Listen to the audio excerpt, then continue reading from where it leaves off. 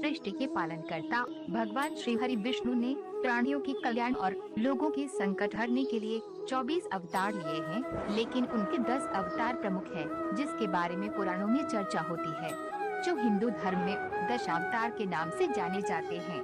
इन सब अवतार के पीछे एक रहस्य है। आइए हम भगवान श्री हरि विष्णु के 10 अवतार के बारे में जानते हैं। नमस्कार और स्वागत है आपका द स्पिरिचुअल रेलम पर। गरुड़ पुराण के अनुसार भगवान विष्णु के 10 अवतार हैं। ये 10 अवतार इस प्रकार से हैं। सर्वप्रथम मत्स्य अवतार। पुराणों के अनुसार भगवान विष्णु ने सृष्टि को प्रलय से बचाने के लिए मत्स्य अवतार लिया था। इसकी कथा इस प्रकार है। कृतयुग के आदि में राजा सत्यव्रत हुए। राजा सत्यव्रत एक दिन नदी में स्नान कर जलांजलि दे रहे थे। अचानक उनकी अंजलि में एक छोटी सी मछली आई। उन्होंने देखा तो सोचा वापस सागर में डाल दूं, लेकिन उस मछली ने बोला, आप मुझे सागर में मत डालिए, अन्यथा बड़ी मछलियाँ मुझे खा जाएंगी। तब राजा सत्यव्रत ने मछली को अपने कमंडल में रख लिया। मछली और बड़ी हो गई तो राजा ने उसे अपने सरोवर में रखा। तब देखते ही देखते मछली और बड़ी हो गई। राजा को समझ आ गया कि ये कोई साधारण जीव नहीं है। राजा ने मछली से वास्तविक स्वरूप में आने की प्रार्थना की। राजा की प्रार्थना सुन साक्षात 4 भुजाधारी भगवान विष्णु प्रकट हो गए और उन्होंने कहा कि ये मेरा मत्स्य अवतार है। भगवान ने सत्यव्रत से कहा, सुनो राजा सत्यव्रत, आज से 7 दिन बाद प्रलय होगी। तब मेरी प्रेरणा से एक विशाल नाव तुम्हारे पास आएगी। तुम सप्तऋषियों, औषधियों, बीजों व प्राणियों के सूक्ष्म शरीर को लेकर उसमें बैठ जाना। जब तुम्हारी नाव डगमगाने लगेगी तब मैं मत्स्य के रूप में तुम्हारे पास आऊंगा। उस समय तुम वासुकी नाग के द्वारा उस नाव को मेरे सींग से बांध देना। उस समय प्रश्न पूछने पर मैं तुम्हें उत्तर दूंगा, जिससे मेरी महिमा जो पर ब्रह्म नाम से विख्यात है तुम्हारे हृदय में प्रकट हो जाएगी। तब समय आने पर मत्स्य रूपधारी भगवान विष्णु ने राजा सत्यव्रत को तत्व ज्ञान का उपदेश दिया, जो मत्स्य पुराण नाम से प्रसिद्ध हुआ। कूर्म अवतार। धर्म ग्रंथों के अनुसार भगवान विष्णु ने कूर्म यानी कछुए का अवतार लेकर समुद्र मंथन में सहायता की थी। भगवान विष्णु के कूर्म अवतार को कच्छप अवतार भी कहते हैं। इसकी कथा इस प्रकार है। एक बार महर्षि दुर्वासा ने देवताओं के राजा इंद्र को श्राप देकर श्रीहीन कर दिया। इंद्र जब भगवान विष्णु के पास गए तो उन्होंने समुद्र मंथन करने के लिए कहा। तब इंद्र भगवान विष्णु के कहे अनुसार दैत्यों व देवताओं के साथ मिलकर समुद्र मंथन करने के लिए तैयार हो गए। समुद्र मंथन करने के लिए मंदराचल पर्वत को मथानी एवं नागराज वासुकी को नेति बनाया गया।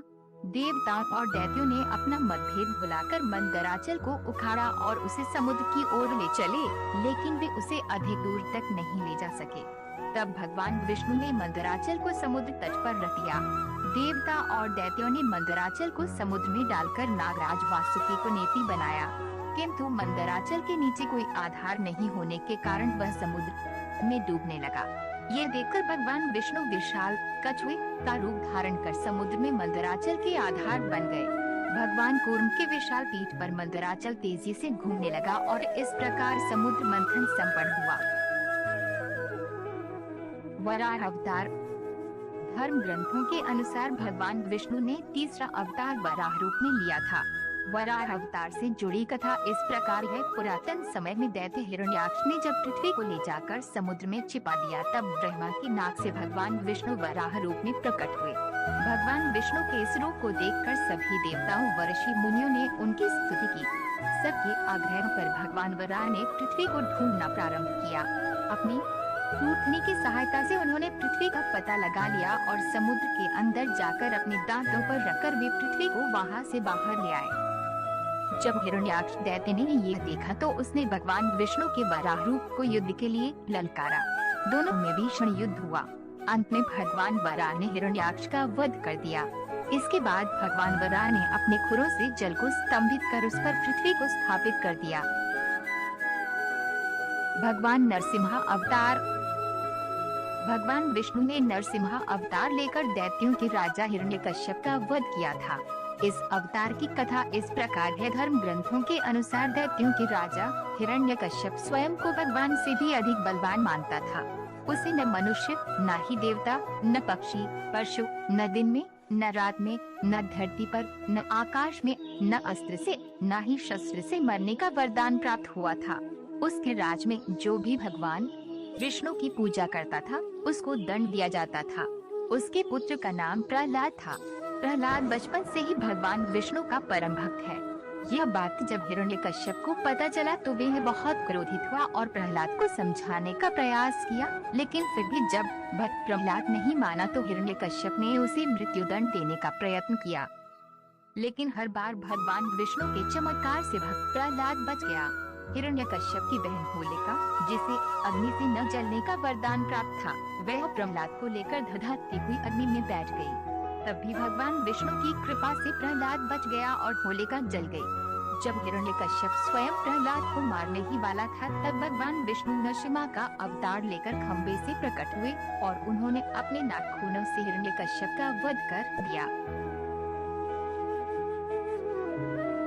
वामन अवतार। सत्ययुग में प्रहलाद के पौत्र दैत्यराज बलि ने स्वर्गलोक पर अधिकार कर लिया। सभी देवता इस विपत्ति से बचने के लिए भगवान विष्णु के पास गए। तब भगवान विष्णु ने कहा कि मैं स्वयं देव माता अदिति के गर्भ से उत्पन्न होकर तुम्हें स्वर्ग का राज्य दिलाऊंगा। कुछ समय पश्चात भगवान विष्णु ने वामन अवतार लिया। एक बार जब राजा बलि महायज्ञ कर रहा था तब भगवान वामन बलि की यज्ञशाला में गए और राजा बलि से 3 पग धरती दान में मांगी।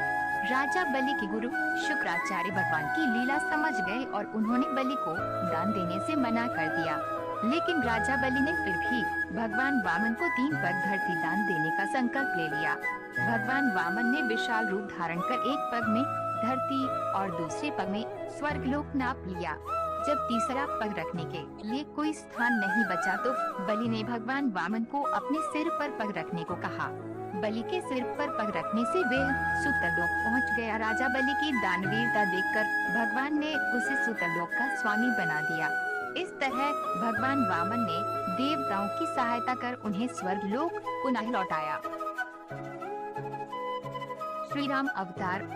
त्रेता युग में राक्षस राज रावण का बहुत आतंक था। उससे देवता भी डरते थे। उसके वध के लिए भगवान विष्णु ने राजा दशरथ के यहाँ माता कौशल्या के गर्भ से पुत्र रूप में जन्म लिया।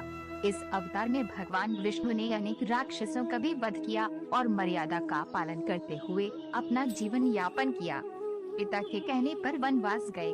फिर वनवास भोगते समय राक्षस राज रावण उनकी पत्नी सीता का हरण कर लंका ले गया। सीता की खोज में भगवान लंका पहुँचे। वहाँ भगवान श्री राम और रावण के बीच घोर युद्ध हुआ जिसमें रावण मारा गया। इस प्रकार भगवान विष्णु ने राम अवतार लेकर देवताओं को भय मुक्त किया। श्री कृष्ण अवतार। द्वापर युग में भगवान विष्णु ने श्री कृष्ण के रूप में अवतार लेकर अधर्मियों का नाश किया। भगवान श्री कृष्ण का जन्म कारागार में हुआ था। इनके पिता का नाम वसुदेव और माता का नाम देवकी था। भगवान श्री कृष्ण ने इस अवतार में अनेक चमत्कार किए और दुष्टों का सर्वनाश किया। कंस का वध भी भगवान श्री कृष्ण ने ही किया। महाभारत के युद्ध में अर्जुन के साथ ही बने और दुनिया को गीता का ज्ञान दिया। धर्मराज युधिष्ठिर को राजा बनाकर धर्म की स्थापना की। भगवान विष्णु का ये अवतार सभी अवतारों में सबसे श्रेष्ठ माना जाता है। परशुराम अवतार। हिंदू धर्म ग्रंथों के अनुसार परशुराम भगवान विष्णु के प्रमुख अवतारों में से थे। भगवान परशुराम के जन्म के संबंध में 2 कथाएं प्रचलित हैं। हरिवंश पुराण के अनुसार उन्हीं में से कथा इस प्रकार है। प्राचीन समय में महिष्मती नगरी पर शक्तिशाली हरिवंशी क्षत्रिय कार्तवीर अर्जुन सहस्त्रबाहु का शासन था। वह बहुत अभिमानी था और अत्याचारी भी। एक बार अग्निदेव ने उससे भोजन कराने का आग्रह किया। तब सहस्त्रबाहु ने घमंड में आकर कहा कि आप जहाँ से चाहें भोजन प्राप्त कर सकते हैं, सभी ओर मेरा ही राज है। तब अग्निदेव ने वनों को जलाना शुरू किया। एक वन में ऋषि आप तपस्या कर रहे थे। अग्नि ने उनके आश्रम को भी जला डाला। इससे क्रोधित होकर ऋषि ने सहस्त्रबाहु को श्राप दिया कि भगवान विष्णु परशुराम के रूप में जन्म लेंगे और न सिर्फ सहस्त्रबाहु का बल्कि समस्त क्षत्रियों का सर्वनाश करेंगे। इस प्रकार भगवान विष्णु ने भार्गव कुल में महर्षि जमदग्नि के 5वें पुत्र के रूप में जन्म लिया। बुद्ध अवतार। धर्म ग्रंथों के अनुसार बौद्ध धर्म के प्रवर्तक गौतम बुद्ध भी भगवान विष्णु के ही अवतार थे, परंतु पुराणों में वर्णित भगवान बुद्धदेव का जन्म गया के समीप की कट में हुआ बताया गया है और उनके पिता का नाम अजन बताया गया है। यह प्रसंग पुराण वर्णित बुद्धावतार का ही है। एक समय दैत्यों की शक्ति बहुत बढ़ गई। देवता भी उनके भय से भागने लगे। राज्य की कामना से दैत्यों ने देवराज इंद्र से पूछा कि हमारा साम्राज्य स्थिर रहे, इसका उपाय क्या है। तब इंद्र ने शुद्ध भाव से बताया कि सुस्थिर शासन के लिए यज्ञ एवं वेद विहित आचरण आवश्यक है। तब दैत्य वैदिक आचरण एवं महायज्ञ करने लगे, जिससे उनकी शक्ति और बढ़ने लगी। तब सभी देवता भगवान विष्णु के पास गए। तब भगवान विष्णु ने देवताओं के हित के लिए बुद्धि का रूप धारण किया। उनके हाथ में मार्जनी थी और वे मार्ग को गुहारते हुए चलते थे। इस प्रकार भगवान बुद्ध दैत्यों के पास पहुँचे और उन्हें उपदेश दिया कि यज्ञ करना पाप है। यज्ञ से जीव हिंसा होती है। यज्ञ की अग्नि से कितने ही प्राणी भस्म हो जाते हैं। भगवान बुद्ध के उपदेश से दैत्य प्रभावित हुए। उन्होंने यज्ञ व वैदिक आचरण करना छोड़ दिया। इसके कारण उनकी शक्ति कम हो गई और देवताओं ने उन पर हमला कर अपना राज्य पुनः प्राप्त कर लिया। कल की अवतार। धर्म ग्रंथों के अनुसार भगवान विष्णु कल युग में कल की रूप में अवतार लेंगे। कल की अवतार कलयुग व सतयुग के संधिकाल में होगा। ये अवतार 64 कलाओं से युक्त होगा। पुराणों के अनुसार उत्तर प्रदेश के मुरादाबाद जिले के शंभल नामक स्थान पर विष्णुविश्वा नामक तपस्वी ब्राह्मण के घर भगवान कल की पुत्र रूप में जन्म लेंगे। कल की देवदत्त नामक घोड़े पर सवार होकर संसार से पापियों का विनाश करेंगे और धर्म की पुनः स्थापना करेंगे। तभी सतयुग का प्रारंभ होगा। भगवान विष्णु के अवतार प्राणी मात्र के कल्याण एवं सृष्टि की रक्षा के उद्देश्य से ही हुए हैं। गीता में भगवान श्री कृष्ण ने कहा है, यदा यदा हि धर्मस्य ग्लानिर्भवति भारत अभ्युत्थानं धर्मस्य तदात्मानं सृजाम्यहं परित्राणाय साधूनां विनाशाय च दुष्कृताम् धर्म संस्थापनार्थाय संभवामि युगे युगे। मित्रों, ये तो थी भगवान विष्णु के 10 अवतार की कहानी। आपको ये कहानी कैसी लगी हमें कमेंट करके जरूर बताएं। वीडियो अच्छा लगा तो लाइक करें, चैनल को सब्सक्राइब करें और हाँ, बेल आइकन को प्रेस करना ना भूलें। आज के लिए बस इतना ही। मिलते हैं हमारे अगले वीडियो में, तब तक के लिए धन्यवाद।